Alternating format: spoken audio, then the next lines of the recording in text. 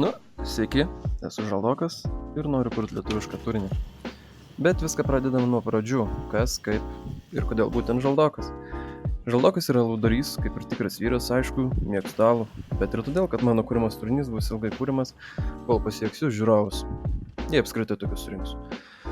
Aišku, ne dėl to, kad aš taip noriu, o dėl to, kaip tikras laudarys stengsiuosi išgauti sodriausią ir geriausią skonį. Na, šiuo atveju kontentą.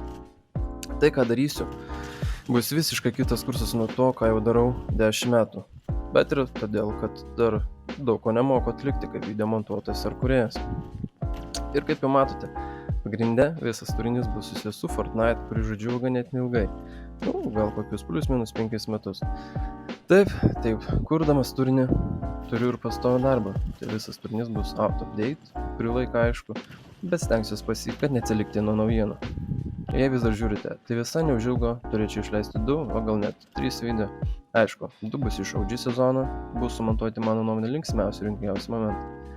O vienas bus jau iš naujo Chapter 5 sezono ir pirmieji įspūdžiai, kaip ten man sekėsi.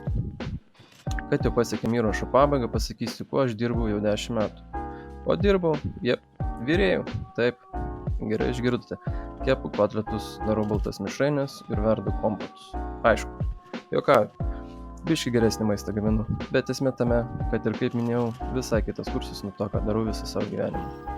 Todėl pažadu, kad viskas bus labai blogai, tarsi belė kaip blogai, nes montuoju, editinu ir garsinu viską pats.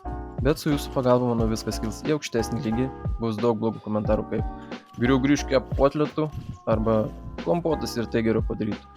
Bet manau, su to susitvarkysiu ir judėsim toliau. Taigi, baigiu vieną žodžius į vatą, visus sveikinu su artėjančiam šventėm ir susitinkam kitam mano video.